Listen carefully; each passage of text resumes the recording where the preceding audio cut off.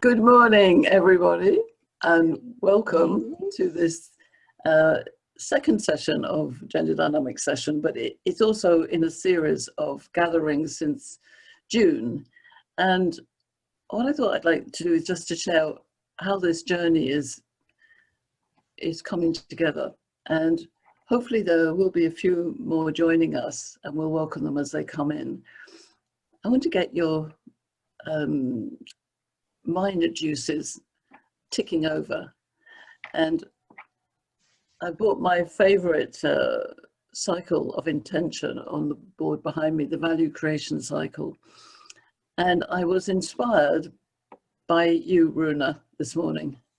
So I did this fatal thing of waking up and putting my telephone on and clicking onto whatever was there, and it was an article that Runa had written on LinkedIn, which was about very aligned to this value cycle. It was about how to be, do, and have. And I did wonder about what it is we really would like to have in this world of men and women developing real synergy. And my passion is to understand what we have together, what we have independently, men and women, and how do we all and can do function in a way that will develop real synergy. And I'd like you to think about, what does real synergy mean to you? Is 2 words, and everything is about words, isn't it? You know, the words we use create energy. The tone of the words that we deliver create impact. The energy behind our sentiment on any day can create harmony or disharmony. And in this search for understanding men and women, it is not to divide the world, but it's to understand, how do we bring the parts together? Because in that classic question, you know, are men and women different? I would imagine and hope, and I'm not going to make an assumption, but do you know that men and women are different? And it's not to be detrimental, it's to understand the beauty of what we bring together, because not all men are the same, and for sure not all women are the same, are we? And how do we actually get past some of the rhetoric and the arguments and the polarization of differences, and really tap into what I see as this value creation cycle?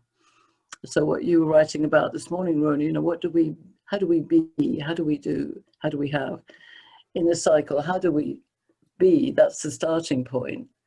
How do we belong to each other would be my next part of the cycle. And how do we serve the greater good of whatever it is we actually want, need, desire as women? So I welcome all of you, and as Andrea, who's new to this group, and hi, welcome Fanny, who has been here before. You noticed that Philip is here, and Andrea said, oh, hey, there's a man here. So Philip is my colleague in Corporate Heart International, who's resident in the UK, and he's worked with me since 1999, more or less, since I started Corporate Heart in the UK. And he knows a lot about the gender dynamics map, and also he can keep an eye on me and all of you, why not? And also, because we do run sessions for men, he's there with the men's group and I'm the only woman. So the focus is not on separation, but on togetherness. But I do desire to understand from you how you would like the world. How do you see it, feel it? What is it you would like to have as an intention out there? So I want to welcome Fanny from the UK, and Nellie, who's in Las Vegas, and 3 Power Media is Patty, who's also in Las Vegas. So hopefully you will come on screen. Last Monday, we had the men together, and we were looking at what are the subtle differences between men and women, but also what are the subtle differences between men and men. So I want to explore that potentially maybe a challenging area is what are women to other women, as well as what are we to men, and what are the differences?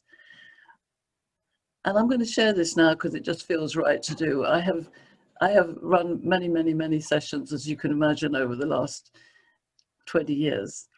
And I will arrive in a room, especially if it's all women, and it's going to be about men and women will say to me, oh, this is really interesting. I want to know how to manage men, da, da, da, da, da. And then they'll secretly say to me, but how do we manage other women? Does that resonate? Mm. And very often they'll say, you know, women are so wonderful together, but yeah, some women are just so terrible. So I'm not wanting to burn, but I want you to just think about that. If we're going to have real synergy, is how do we get it around the whole value creation cycle? And where are our differences? And what are the blocks that we may think are only with men that are actually coming from who we are as women? And how can we create a world now in COVID times with the pandemic and the opportunity to do things totally different, where we enable men to see our absolute glory as a wonderful half of the world that is women? Does that make sense to all of you? Yeah?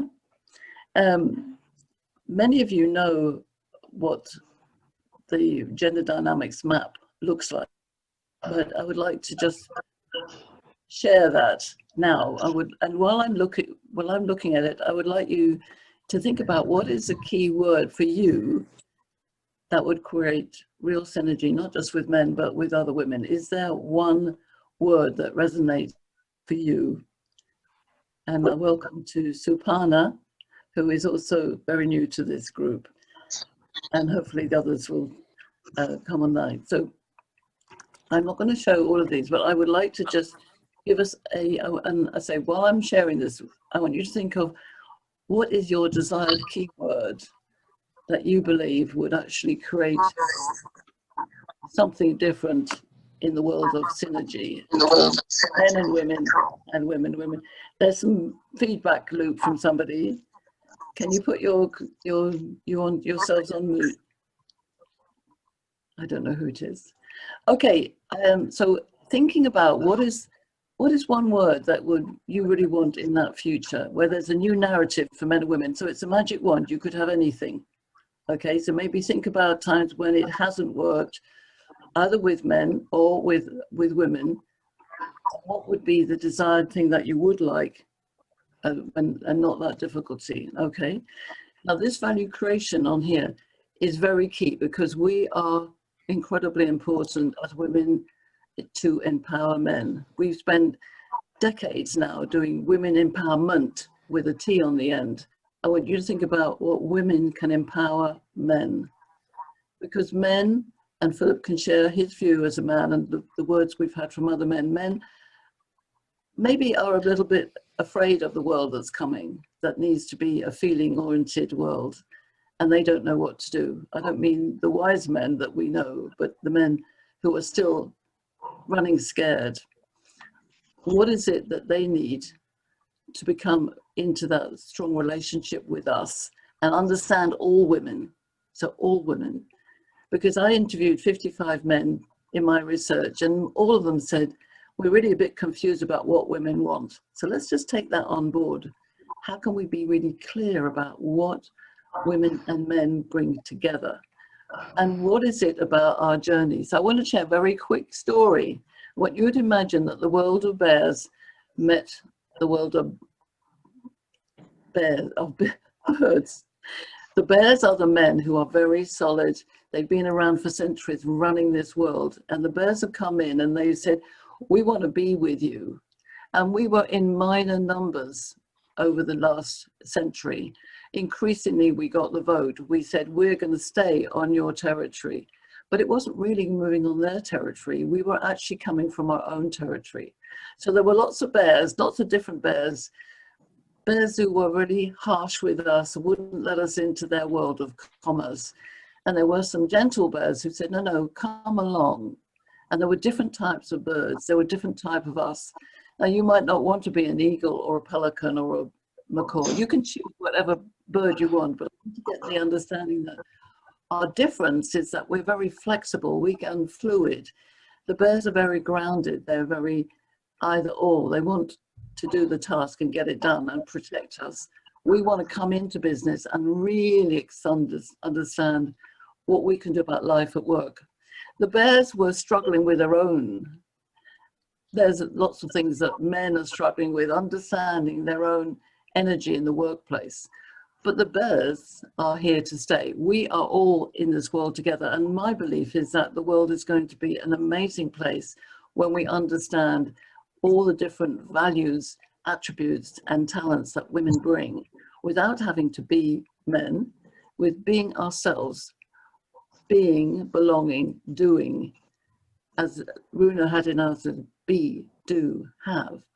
What do we want? We don't want to take over the world. I believe, in my view, we want to create it together. This is fundamental to my approach. If you want to take over the world, all women, then sorry, this is not the right conversation for you. I believe it's about holding hands together, but not being part of the old world, which was very square and very rigid, but being part of a new world where we all want to be in charge. But do we all want to be in charge? Is it power with a big P or power with a small p? Women empower men. Because we all share the same world. And I know that you all believe this because otherwise you wouldn't be here. So if we're going to use a map, I want to do it in a way that is magical.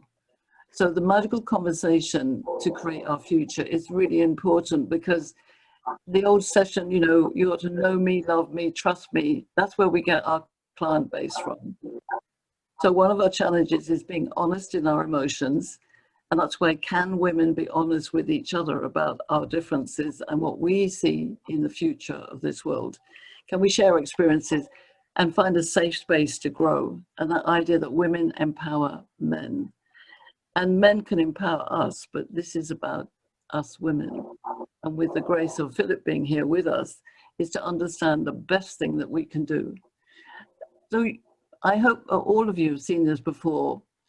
It's not designed to be rigid. What it's designed is to say, if we're very different between being a task-focused man and a relationship-focused woman, and that doesn't mean we can't get the task done, we surely can, but we will tend to do it in our hormonal, emotional, intelligent way. And the use of energy, masculine or feminine, is available to all of us. And so when I put these characters up around the map, they're not designed to be labels that stick you in one place. And many times people have said to me, but, you know, are you limiting us? I want you to think about, what is your, as a woman, what's your feminine energy? What's your masculine energy? When do you use your masculine energy? When do you use your feminine energy on top of being a woman? As does Philip, as a man, have masculine energy and feminine energy and can use that appropriately in different situations. We each have a preference, a kind of a corner to go to. And my question to you, wonderful, wise women, is, if that's true, is there a challenge between us in the circle that we take into the conversation in the middle? Because the conversation between men and women, men and men, women and women, are all in the center of the map. The map, the bigger circle, the oval, if you like, the oval circle, that is the whole world. It's designed to say everybody is somewhere. And if we are somewhere, then do we understand the different energies? So you can see in my arrows, and there's just a different energy of conversation between men and women. We can adapt it to the animals. So as again, I said, I'm not implying that any of you are eagles or pelicans or macaws, but there's a difference between those types of birds that influence what we do in making our future. So remember, when we're in the circle, we're completely in it with everybody else.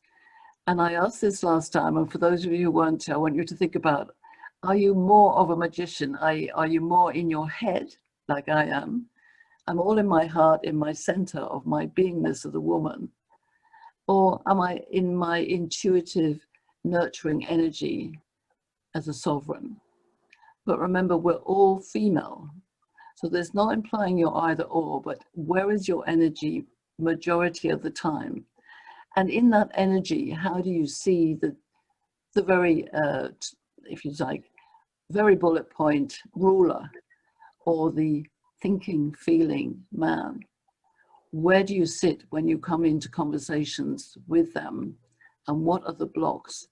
So remember, my question to you as I come out of this is, as we start looking at our own conversations with each other and with men, what is your one word or two, but brief word as to what is the world ahead? What is, if you have real synergy in your life with men and women, what is your one word for how that looks? And we've got some. So what I'm going to invite you to do very quickly now is, if you all unmute, and I'm going to invite you to say and share your voice. I know some of you have written the words in, which is great, but tell me what it is that you want. So I'm going to ask Dawn. Okay. One word's quite difficult, but when I was thinking of this, I was thinking about harnessing the power of everyone and tapping into that and harnessing so that we can actually really begin to work together and find that synergy. So harnessing. Okay, that's lovely. And again, remember, words are very powerful. So as you hear the words, you get a picture. And it's for me, it's a very friendly harness. Yeah. Because sometimes some of you think of harness, I'm gonna, it's like when I'm walking the dog, sometimes she walks with me and other times she pulls away. The harness yanks me, but that's a really lovely word. Tammy, you were the next one who wrote a word down here. Tammy, partnership. Oh, the first word was ally. Oh, ally. Oh, Yeah. yes, sorry, up there.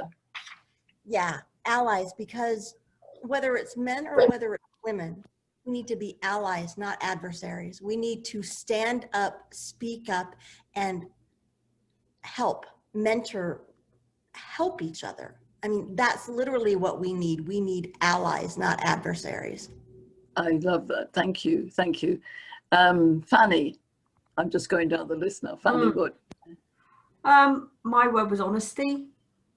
And I think if I was to pad that out a little bit, it would be to have a level of honesty where everybody feels that they can be in a safe space to express what they feel.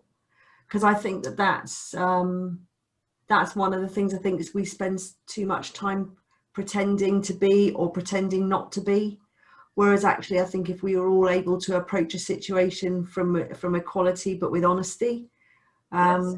we'd be onto a much cleaner wicket. Cleaner wicket? You know what I mean. Thank you. Thank you. Supana, welcome. We haven't met before, so welcome.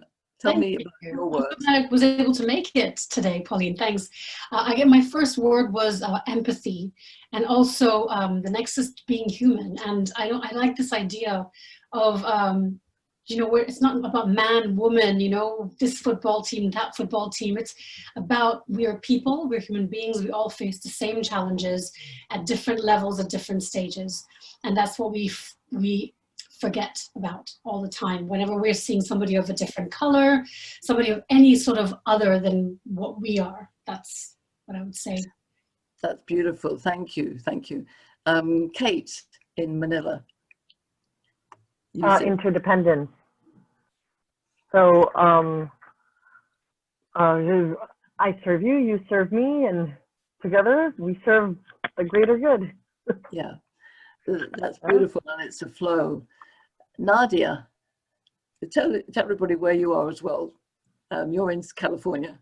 Yes, for me, I wrote earlier harmony, as in because if it's an harmonious group, everyone is for one cause, then you're going to have better result. But as soon as there's one thing that is disharmonious, it's like chemistry. You're just putting an ingredient in the mix that just spoils everything. So harmony is the most important thing, and obviously you have lack of harmony when you have an ego and agenda coming into the group. So sometimes that is more the problem than anything, and it's probably best to address that before addressing the most important thing, because until it's harmonious, there's nothing happening. That's fantastic. Thank you. Andrea, welcome. Tell everybody where you are. Andrea, where is she? We lost her. Sorry. Oh, there. I'm here. Yes. So you want me to say again where I am from, you say?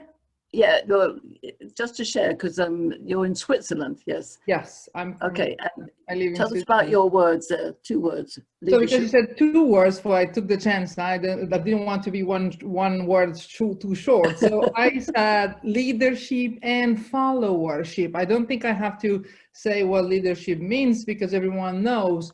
But I want to bring some light on the followership. I have a friend actually who has a full theory around it I can share if you want.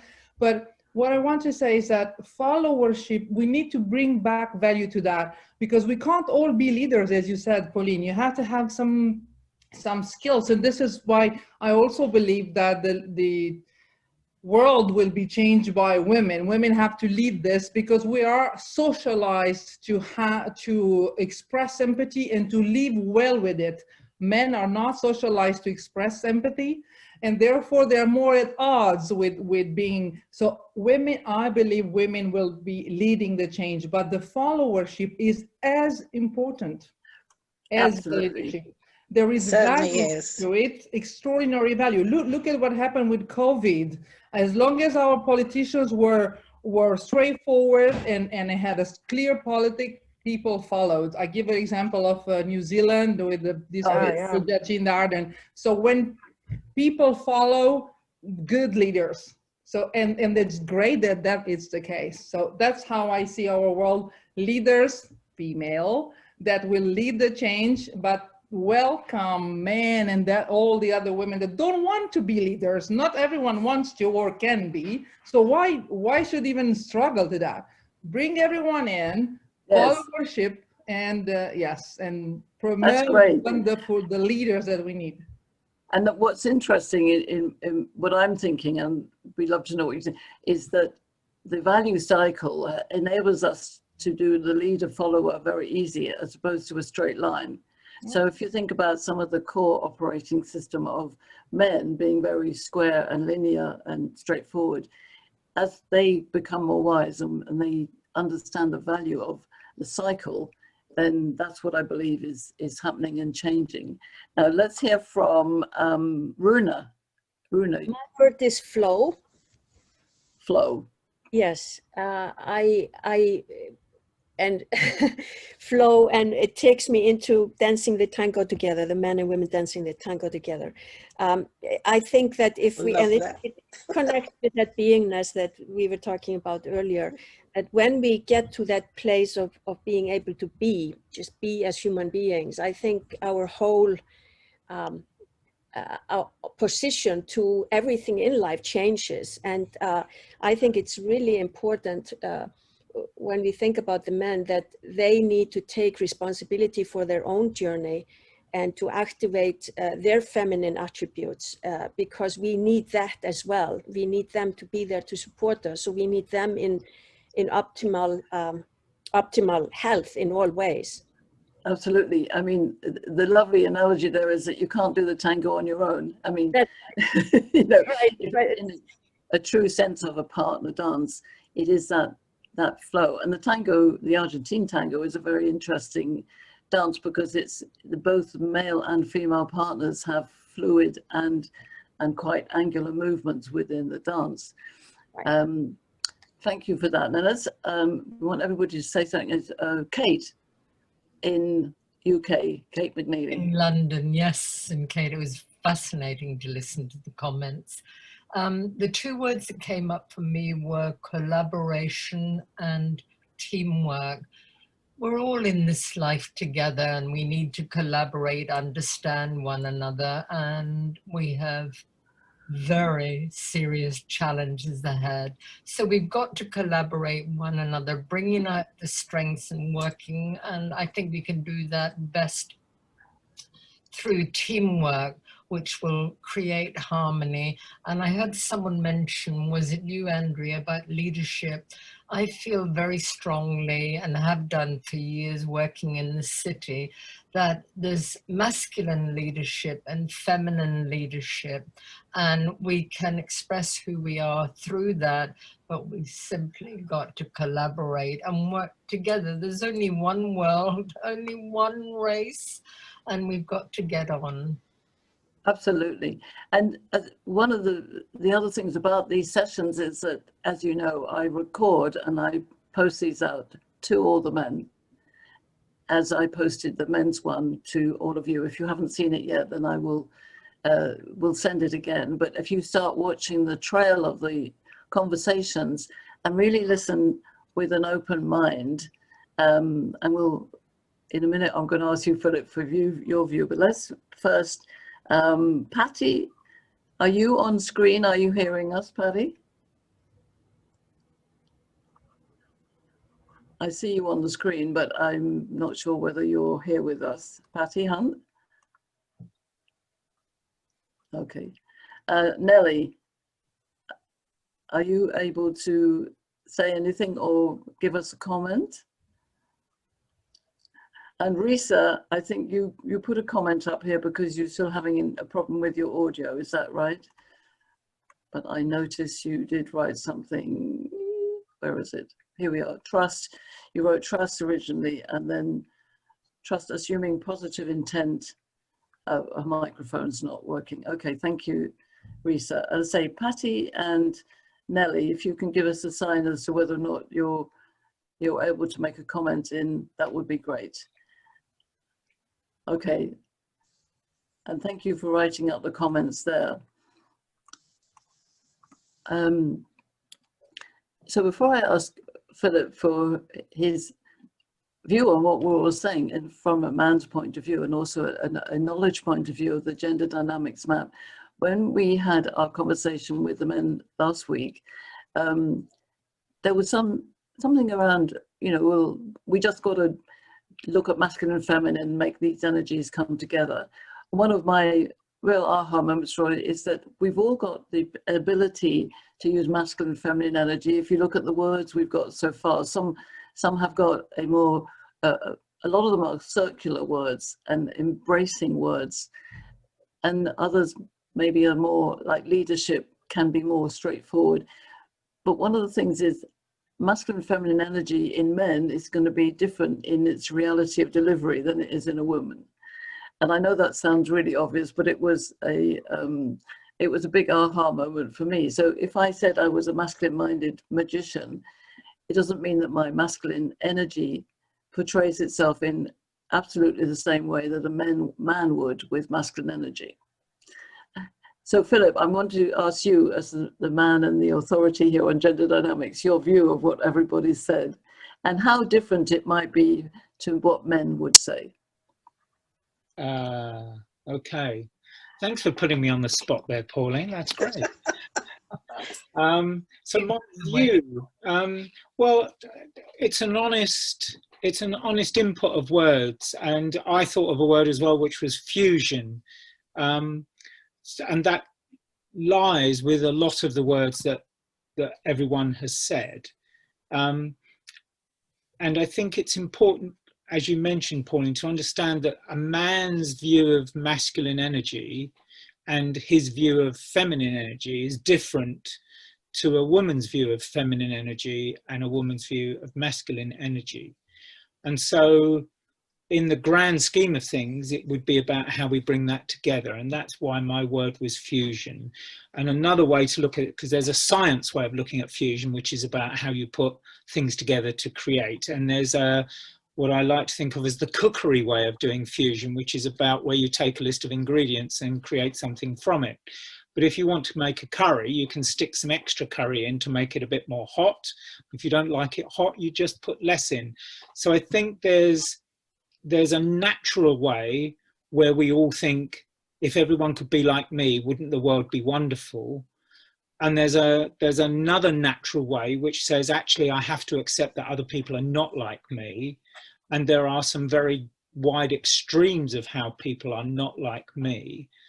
And how would we engage those people who would then come together in here? So in some respects, it looks like we're going to have to do this in stages.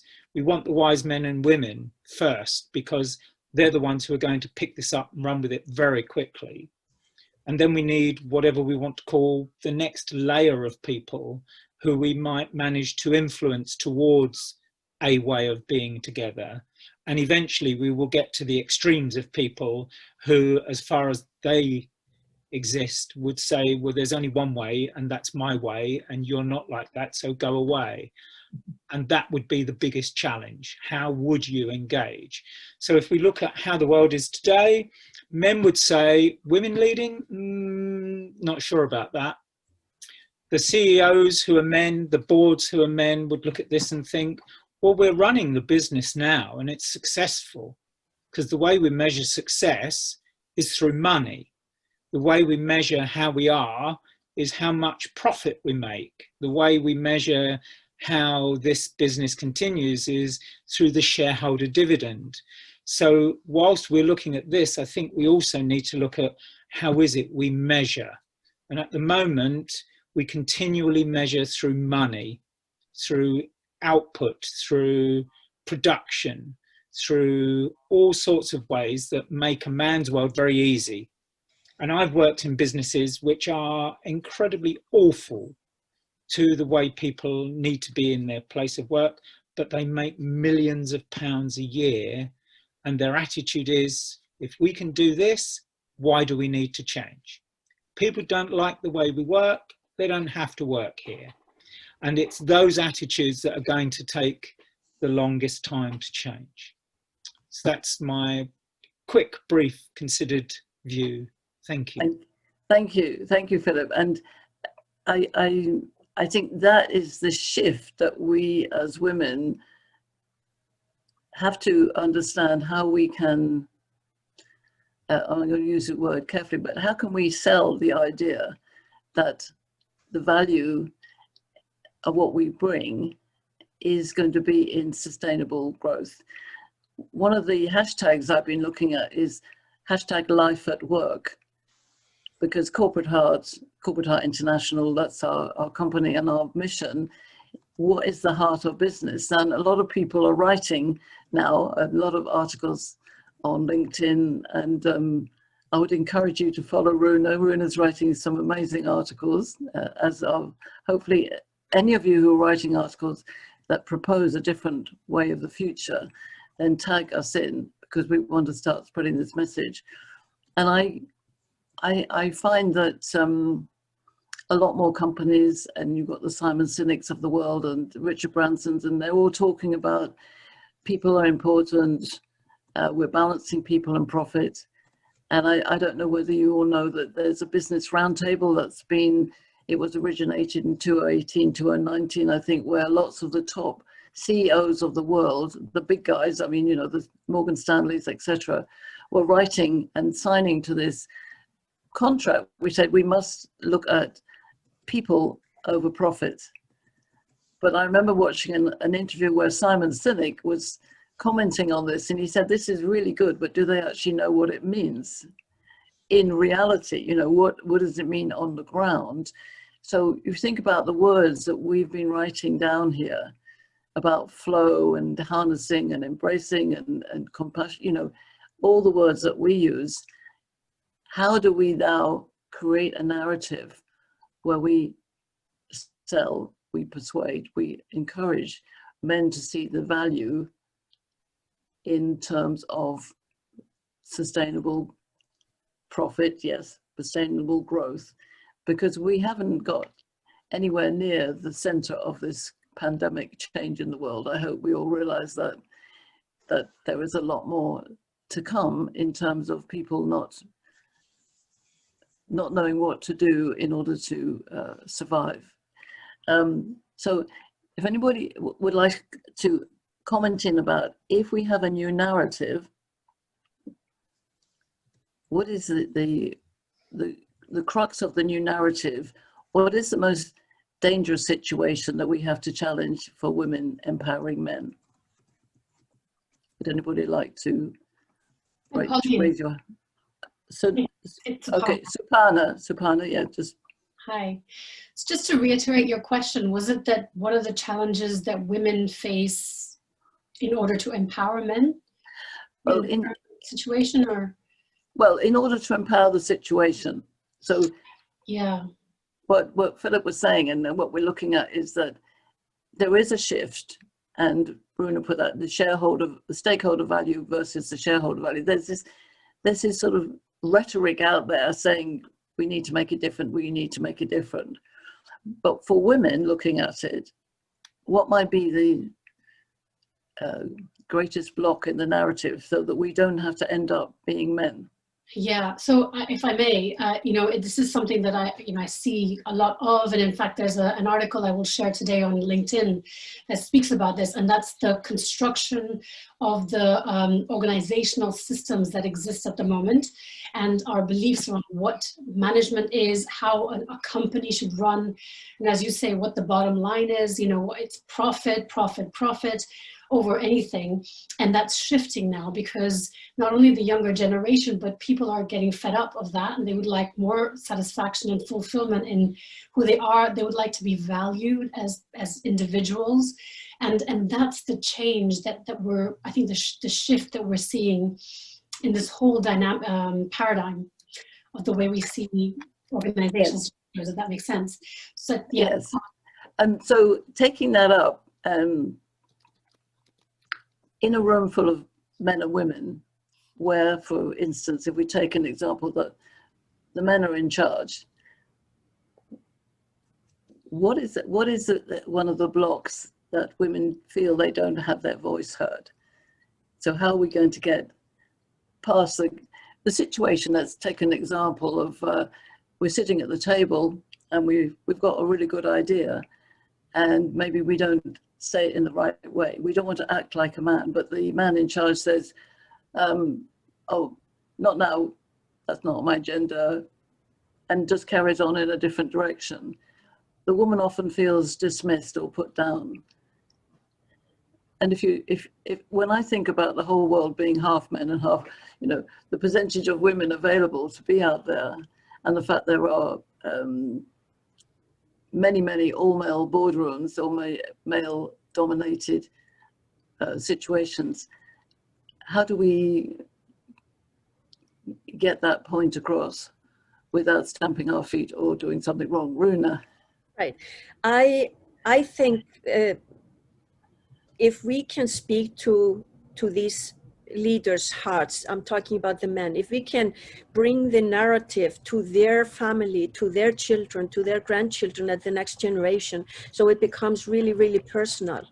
I know that regarding climate change, that actually children and grandchildren of some of these leaders, global leaders, have made more difference in changing the minds of their father or grandfather than other leaders have. So, our children, that goes to the heart when we talk about our children. And so if we can hook them in on that emotional space, I think that is really, really important. I also wanted to mention regarding the measurement that Philip talked about. I think he's absolutely spot on. Yes. That we need to expand the way we measure success. And now it is only done through the bottom line, through the shareholders' value and making the biggest profit for them. But what is happening, and I've been involved in the conscious capitalism movement and conscious business movement for a long time, what is happening that some countries run by women, including New Zealand, Iceland, and Ireland, they have started to integrate a well-being quota in their national budget.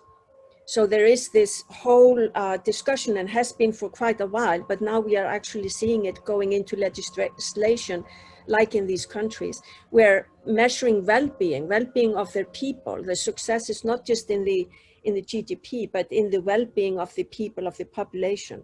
I think that's a really big shift that we can, the more we raise our voices and talk about these things, whether we blog or we speak or have conversations like Pauline is facilitating here, it's really important that we women believe in what we know is going to give life, is going to create life-giving situations. And we keep on just pounding on that. Absolutely, and I totally concur with that. That's why I've started looking at this hashtag Life at Work.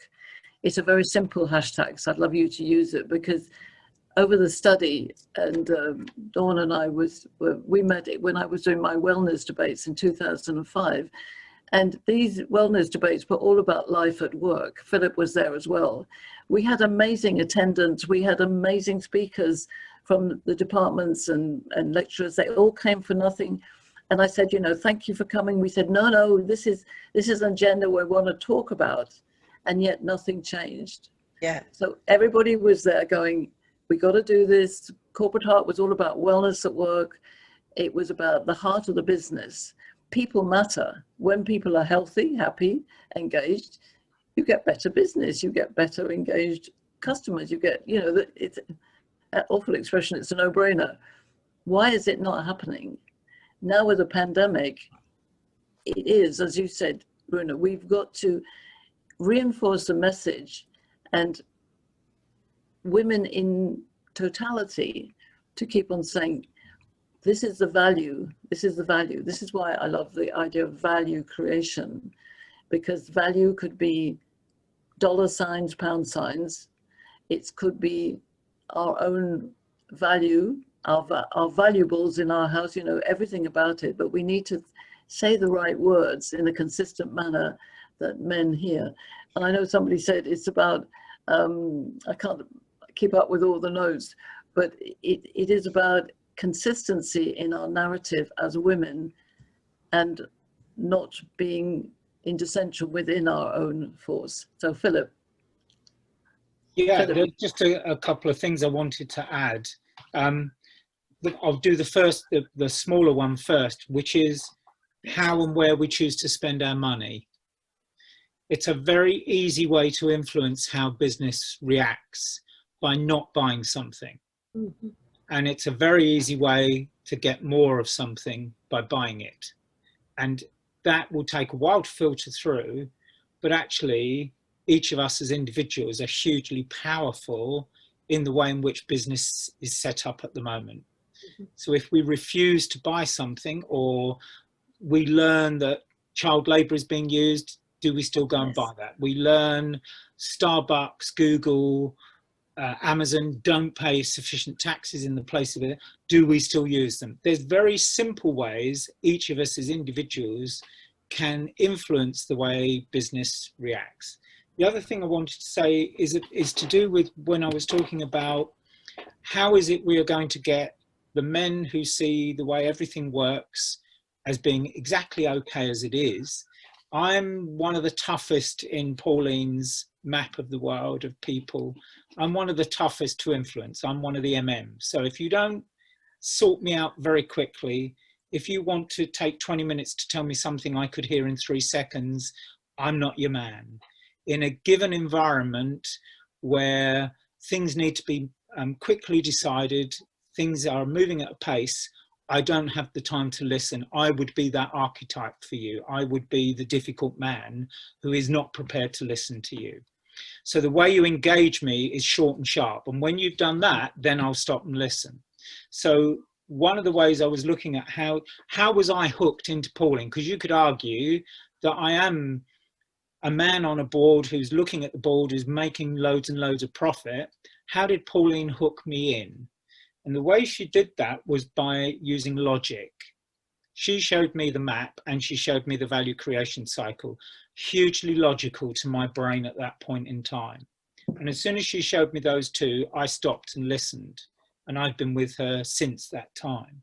So my push towards you in how you might choose to engage with some men would be to start with some logic. If that doesn't work, then they're not MM, because an MM will be a logical man. He'll need it.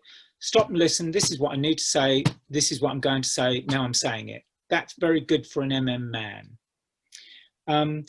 Then look at the value cycle, because the value cycle helps an individual man to understand how he fits with the rest of the world. And there will be men who will say, no, this doesn't happen. This isn't real. This doesn't go on. Actually, it's happening all the time. And the easy way to hook a man with that is to say, have you ever walked into a room and noticed an atmosphere? That's the value cycle in play. Because if you notice an atmosphere in a room, that's the value cycle. It's driven by the energy of the people in the room or the energy of no one in the room. That's its beauty. So once you've got those two, that's how I got it. So I would say, if you're going to play with the map and the value cycle, using it on some specimen, notice the word specimen ends in men.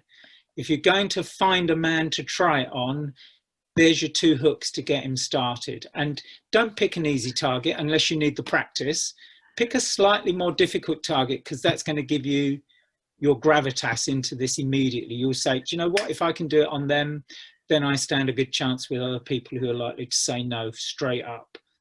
So that's what I wanted to add to your conversation. Yeah, and thank you about that. And Andrea says there were many illogical men. You've got to remember, Andrea, that he's talking about one part of men, and we have to spot the difference, because just going back to the map, as you go down, it's not down, but round into the more philosophical FM, and I always quote Nelson Mandela as one of these. So as an example of a highly intuitive male, but still running on certain operating platforms at the baseline.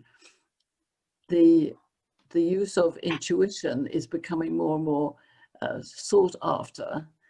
And there are many men who are now using their intuition more. But as Philip was saying, there are many who are very, I would call them bullet point men.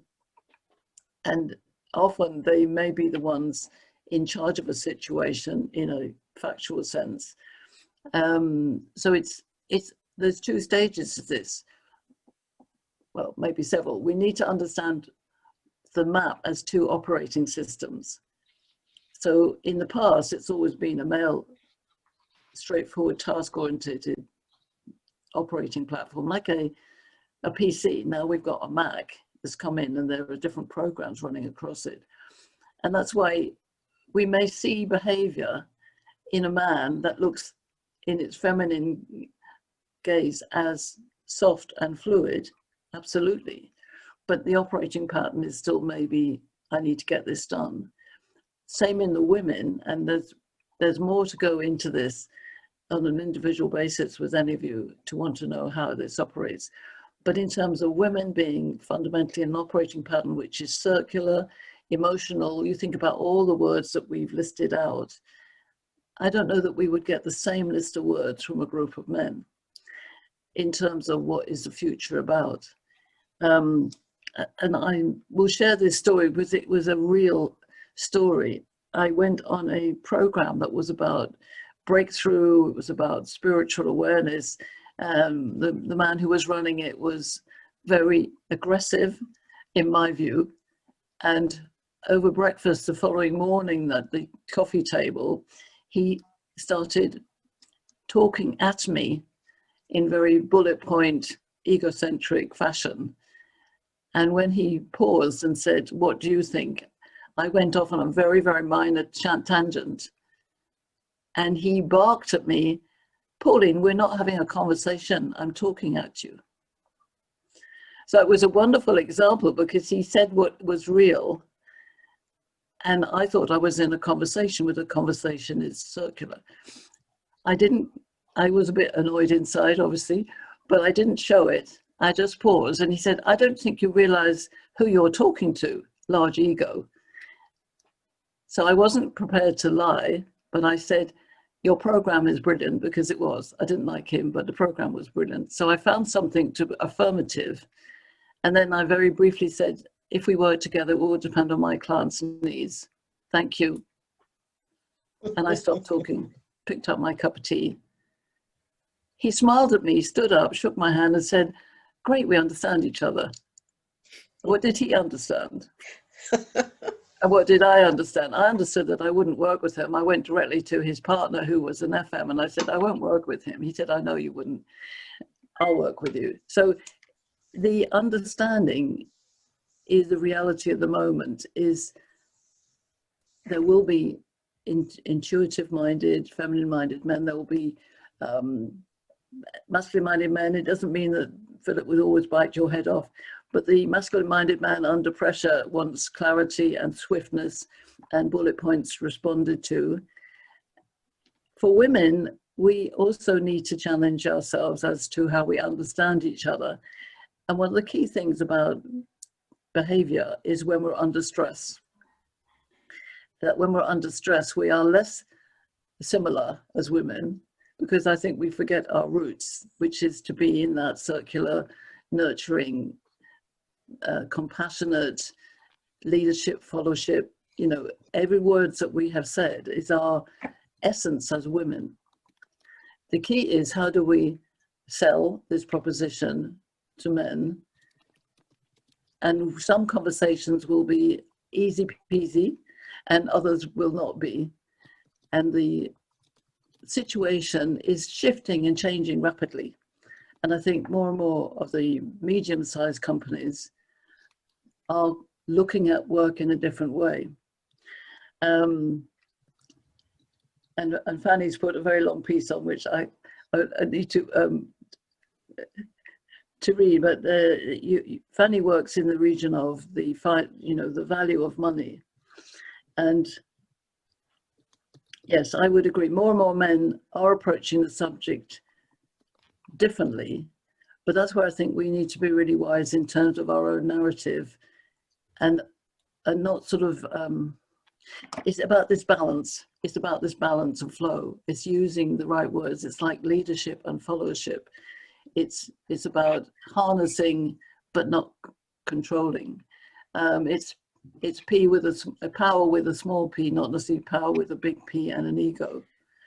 And to be aware that any conversation, you might be having it with a different type of woman or a different type of man to the one that you are normally used to. Andrea. Yes, I want to comment on something because I saw it, and thank you, Philip, for commenting about what she said. Because when I heard you talking, I thought about lean in. I can't help by not feeling any more in line with lean in. I was for years, but not anymore. Somehow it always brings women to, women need fixing. We don't need any fixing, for God's sakes. I mean, no. It's the thing is that, yeah, so if you do that, you're gonna get that. I think that we need to stop apologizing for existing already. We keep on saying, explaining, showing the over-competency and stuff. I mean, I did that too for so many years, and I got tired of it, really. And honestly, since I stopped doing that, I'm much more successful. Yes. So I don't really question if I got the ear. Of course I want to get your ear, Philip, you know, but I won't follow the patriarchal way of doing that. I'm going to be bold. I'm going to be crash the table look at me when I talk to you. I won't do that, you know. I won't talk in a masculine way. I won't wear a short skirt either, but I will tell you my truth. If you don't want to listen, fine, I'll find the next one and he will convince you. You see what I'm saying? Mm-hmm. So, but I do understand what you're saying, because I'm surrounded by very logical guys, but many illogical either. But believe it or not, I managed to get those ones much more easier into our crowd, the illogical ones, because they didn't understand anything and they just said, okay, where do I sign? was like, Yes. fine, great.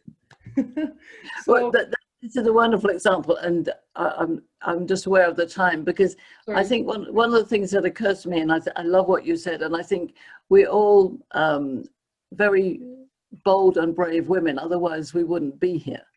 And the key is, how do we help extend the narrative for those women who are not having their voice heard and not being clear, that there are occasions where we can say things in a different way that will enable us to get a little bit further.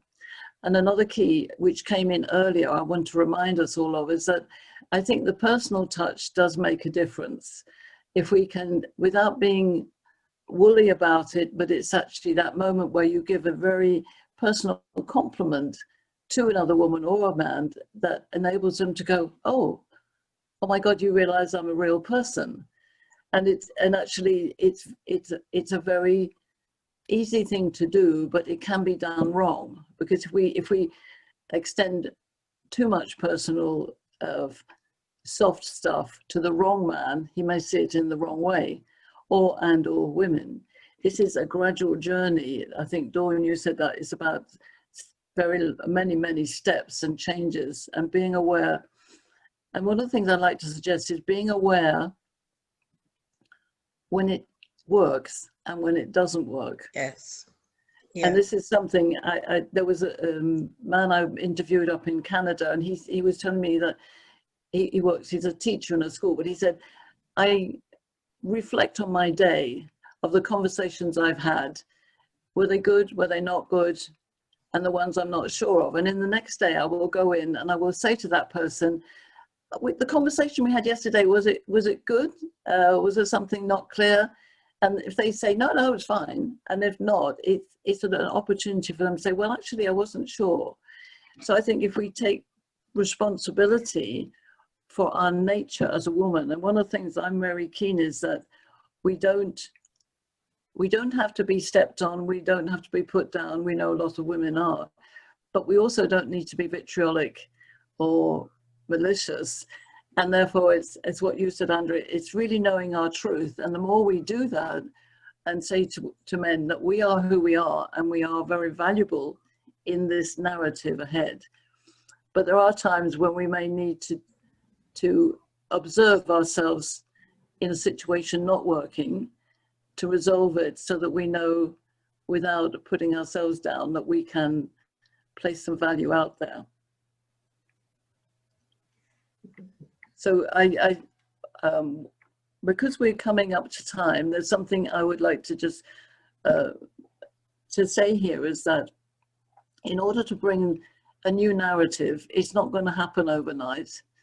I would really encourage you to watch the men's talking last Monday. There were challenges there are challenges here, there are always challenges. For me, it's how do we, as all women, with men, empower all of us. And so watching where the blocks might be coming against us, or where we open a door, how can we share that narrative? I learned a lot the day that man said we're not having a conversation, because I got a real insight into his needs. Yes. Now, he was actually quite fearful of me in a sense, but I hadn't thought about that until afterwards. And he lost out on lots of business opportunities. So I wasn't going to be malicious about it. I was going to make my own choices on that particular situation. I believe there are more and more wise men who really, really want to work with women together in synergy. And we still have to look at how we, as women with each other, really gather our energy together and understand our circle, our operating pattern is what the world needs alongside the square. And everything in the world is about squares and circles, straight lines and curves. There's no building that's made without those. Nature is made of straight lines and squares. We want the two together. So I leave you with this thought of a straight line conversation, or a straight line dialogue, and a curved dialogue. And Philip gave me a really good example of that. As an MM, he might have said, just do what I'm saying. Or he might say, I need you to do what I'm saying. there's a tonal difference between those two statements. So what I implore you to do is to think about times when there's a not good situation or you're under stress with a woman or with a man, and where you are starting from on the map. If you have a strong masculine energy as a woman or a strong feminine energy as a woman, we're all women, and there's more conversation to have on that level. And I realize that we have come to time, and I want to be aware of that. The plan is to come together with the men, if any of you are up for this, and to really explore the narrative together. I knew Andrea would be. So we've set a date of November the 16th. I put it back a few weeks so that we can get some plans together. And I will send you some details of 4 key areas that sometimes we don't have the right narrative in. And I'd like you to do some preparatory work to be on that call with men. And I don't know where it's going. I only pray and hope and desire that it goes to the right place, and where real synergy, we honor each other. We know and honor each other. So to know ourselves first, and then to know and honor each other as women. And there's always more that we can talk about. I would like your views on this in commentary, because we've run out of time now. And to see you all when we gather in November the 16th with men. And we can also gather separately as women if that's so desired. I will send you some ideas on that. Yep. Thank you. I want to thank you enormously for coming, because certainly Suhala and Kate are now over midnight. And I want to just put a quick thing out. Would you all like to help Kate McNeely, who is sitting there looking very healthy, but she's got a real problem, operation coming up, haven't you, Kate? I do indeed, yes. And I would like you all to help her prayers, for her prayers, and because she's had an accident with a motorbike, yes? But anyway, I just want you to highlight that, because as women, we need to support each other. No, did I say November the 16th? You did. Yeah. Okay. Again, it will be a Monday at this time. So I would like you all to stay connected with each other, and I honor your time and thank you for coming. And please ask your questions and issues that you have here online. Anybody want to say last thing? Thank you. Thank you. Thank you for a lovely time. It was super. Lots to think about again. I want to say that I have a challenge with getting in on the everyone commentary and chat.